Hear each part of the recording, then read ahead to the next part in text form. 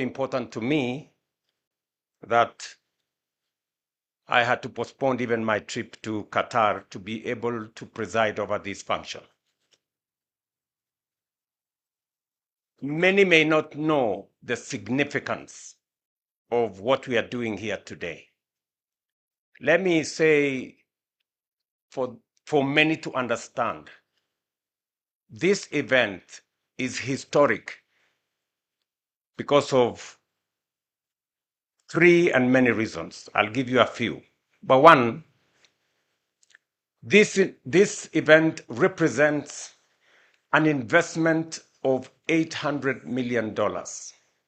That is close to 100 billion shillings. It demonstrates confidence in the Republic of Kenya, and it gives us an indication of what investors think about Kenya. When we say we have stabilized our economy, we have brought inflation under control, we have stabilized our exchange rate, and our economy is on sound footing, this is what you get: confidence by investors to put their money in our country. Number two, it is significant because for the first time in the African soil, fertilizer will be produced from ammonia that is coming from green energy.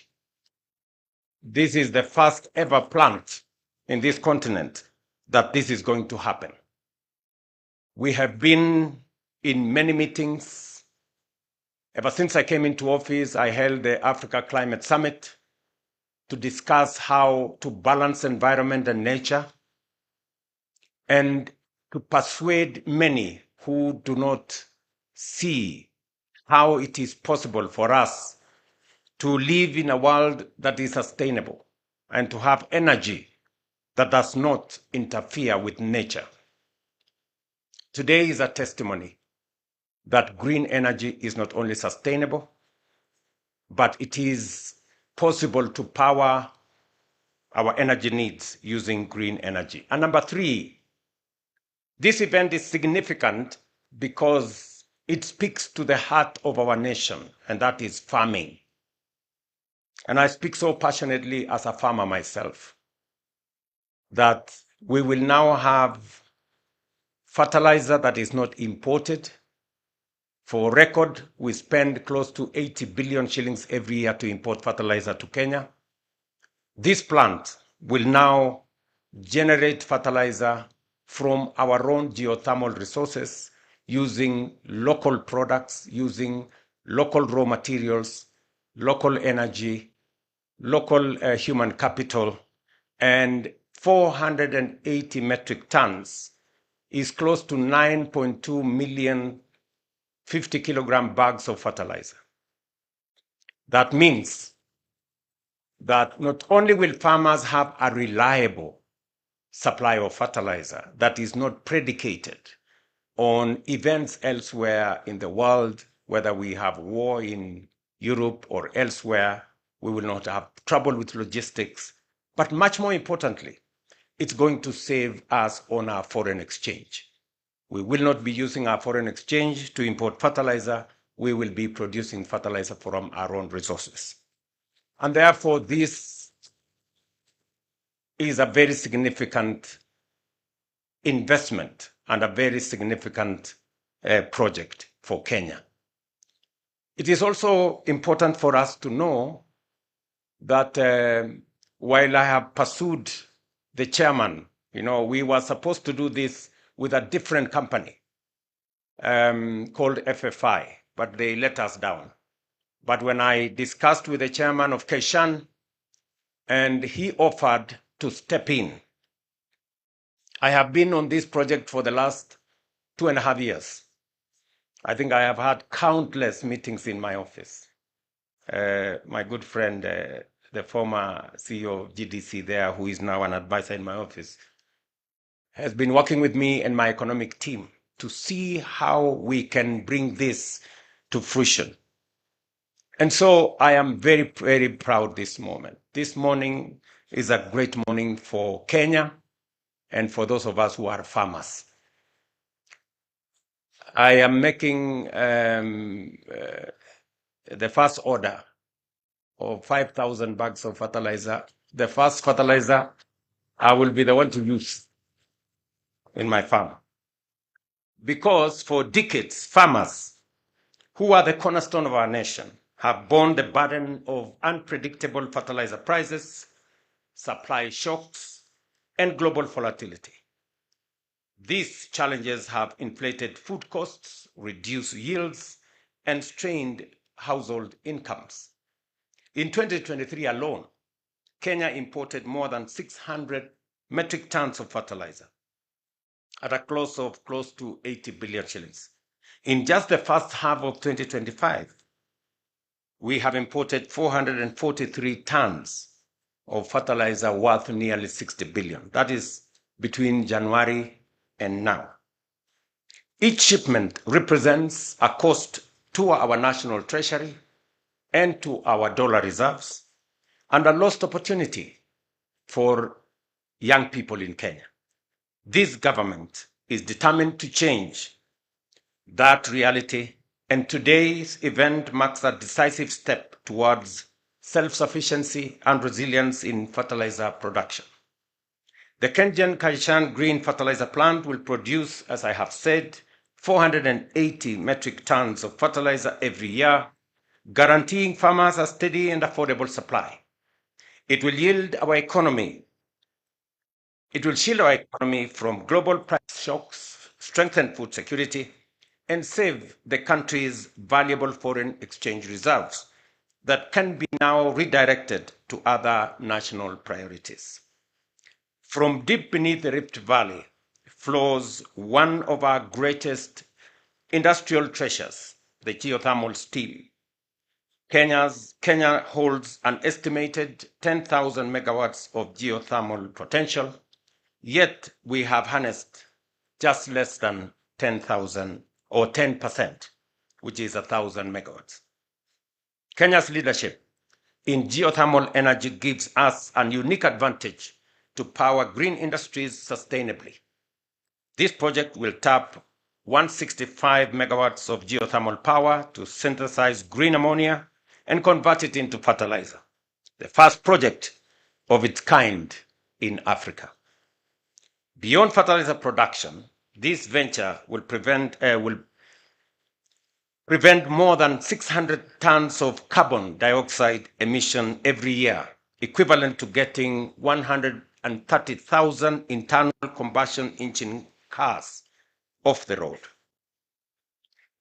At the same time, it will create more than 1,000 jobs, offering opportunities for our young people and local communities. It will also nurture a new generation of geothermal engineers, hydrogen experts, process operators, and innovators in many fields, the pioneers who will power Africa's green industrialization future. Beyond its environmental and social impact, this project is also a sound commercial investment.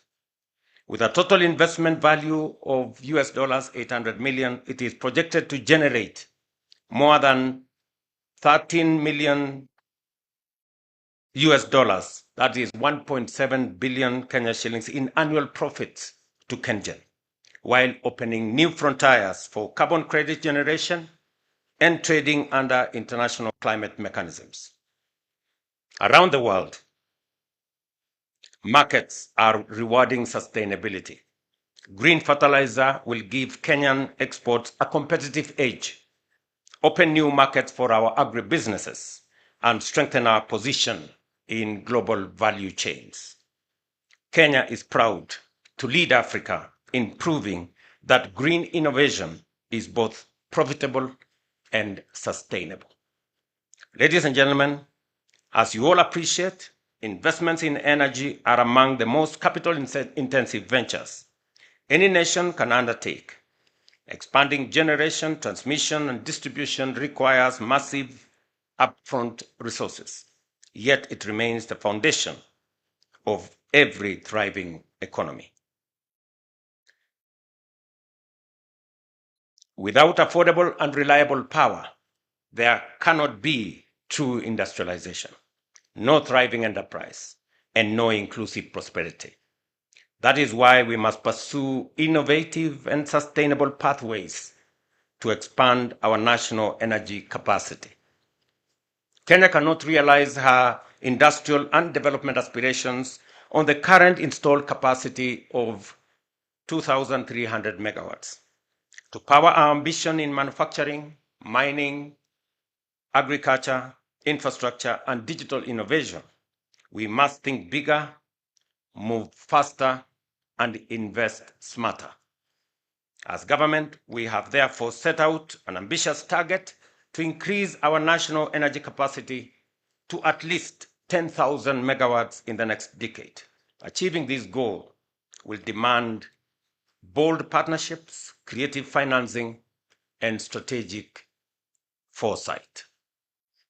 It is the reason why we are not only giving priority to public-private partnerships, such as the one we launched here today, but also establishing a national infrastructure fund to mobilize long-term blended capital for transformative projects, not only in energy, but also in transport, in our airports, in roads, in our dams, and other critical enablers of growth.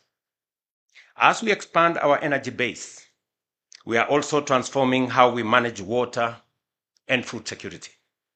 We must be a nation that dreams boldly and executes decisively. Our target is to build 50 new mega dams across the country, bringing at least 2.5 million acres of land under irrigation to secure our food supply, boost agricultural productivity, and expand our agricultural exports. We cannot claim to be a food secure nation while still depending on rain-fed agriculture. Expanded irrigation will enable us to cut our current food import bill, now standing at Kenya shillings 500 billion shillings annually, and redirect those resources to finance our national transformation agenda. At the same time, we must expand our road network. And speaking about what I have said here, the Member of Parliament who represents the next constituency here, on behalf of the other leaders from this region, it is our intention that as we expand the job opportunities that will be found in this Kenyan, as was said by Kenyan management, they will involve the local community here in making sure that the young people that come from this area become part and parcel of the workforce that will drive this great investment. Let me also say that as we expand our generation from geothermal, I'm very happy that there's a lot of expertise that has been built at Kenyan on dam construction. As we do the 50 megawatt mega dams, we should be able to generate an extra 2,000 megawatts of energy and also store enough water to irrigate 2.5 million acres of land. Because at the moment, the land under production in rain-fed agriculture is almost depleted, and therefore the only potential that exists for us to generate and produce more food and stop importing food to Kenya is to go irrigation. Irrigation therefore requires us to store water and to also make sure that we generate energy using that water as we use it for irrigation. And therefore, I am looking forward to working with the leaders in this space, members of parliament, both at the National Assembly and the Senate, as we push the new initiative that will give us an infrastructure fund that is going to work with the private sector. We all realize that unless we leverage the private sector, we will not have enough resources to drive our transformation. But if we work with the private sector, like in this particular case, Keshan is investing $800 million. That is 100 billion shillings. That is not our money. That is not in the balance sheet of the Kenya government. It is private sector money.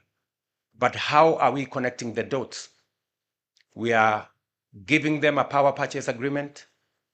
We are going to give them a fertilizer purchase agreement that is going to support this investment. The National Infrastructure Fund will be able to be the fulcrum where we can structure more investments, leveraging on public resources, public assets, to leverage private sector resources to be able to implement public projects. Just here in Naivasha, this month, I will be coming to launch the road from Rironi to Mau Summit. It is going to cost anywhere between 170 and 200 billion. Again, it is not public money. How are we leveraging the private sector? This is private sector money. We are going to give them a concession agreement that is going to generate resources for them to repay their investment. And this is the kind of innovation and creativity that we need in the public sector for us to use public assets, public resources to leverage 3, 4, 5 times private sector resources to be able to drive our transformation.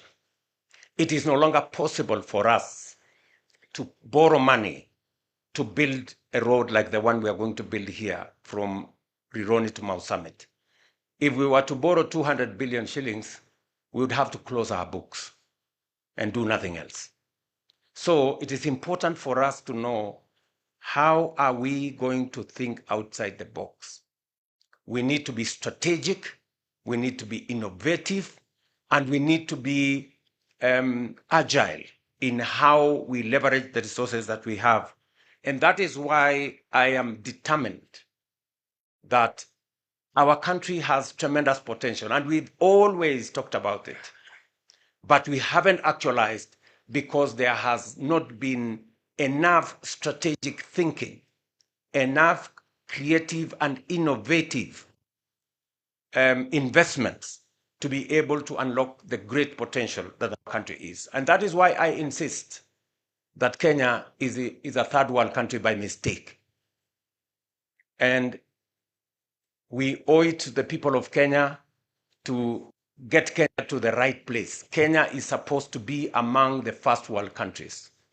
And we can do it in our lifetime if we are strategic, if we are innovative, and if we can think outside the box. And therefore, I am very confident that this investment energizes our resolve of transforming Kenya to that great nation that it should be.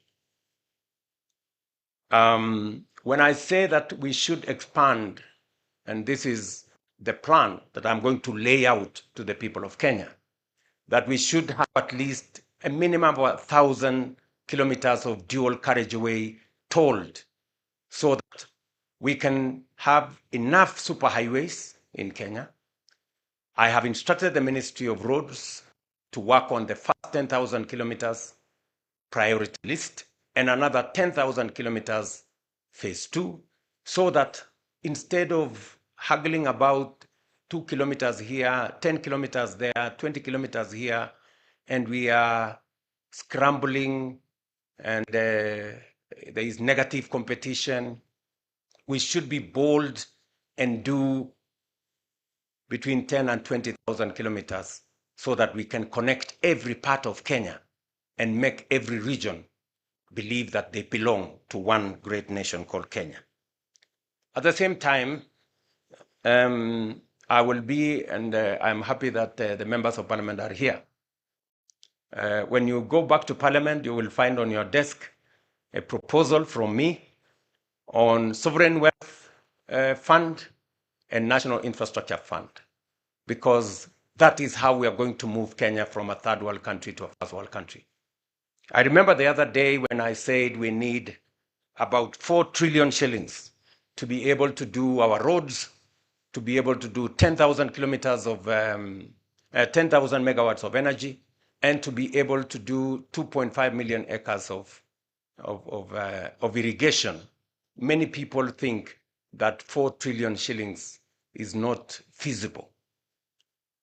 If this project alone is 100 billion, I mean, 4 trillion is just around the corner.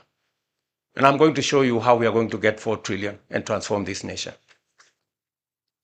Already, as I talk to you, I remember when I was in Ethiopia, and I mentioned that we have signed contracts of $4 billion under our housing program. Many people question the statistics. I want to repeat. Let me put it in Kenya shillings. $4 billion is roughly close to beyond 500 billion Kenya shillings, almost 600. That is the contracts we have signed in our housing, in our markets, in our hostels. And we have done it using our own resources. We have not borrowed a shilling from anybody. That is how you transform a nation. And that is how we're going to move Kenya from a third world country to a first world country in our lifetime, by doing the innovative stuff, by working with creativity, by having strategic foresight. I welcome all leaders. I'm happy members of parliament are here, and every other Kenyan, that we're going to work together. This is the scale of our ambition and the measure of our determination to build a modern, food secure nation supported by world-class infrastructure that powers opportunity and prosperity for every Kenyan. Together, we are called upon to dream boldly, act decisively, and deliver a future of shared prosperity. One of the presidents of the United States said, leaders are measured by the vision they have and the price they are willing to pay for its achievement. I want to challenge every leader in Kenya that the vision we have for our nation, we must be willing to pay the price for its achievement. Thank you very much. My very best wishes to Kenyan and Kenyan. I look forward to coming here in 2027 in April to open the plant, and I look forward to your supply of fertilizer in August, as you have told me. I want to be the first farmer to use green fertilizer from our own resources. Thank you very much, and God bless you. One more round of applause for His Excellency's wonderful speech. May I request that we take our seats briefly? Your Excellency, we have some gifts for you. Let's take our seats, please. Kindly, let's take our seats. And the first gift is from Kenyan. So let me invite the MD and CEO, Engineer Peter Njenga, to present the gift. Naomba tafadhali tuketi. Hebu tuketi kidogo tafadhali. Tuketi. Tuketi.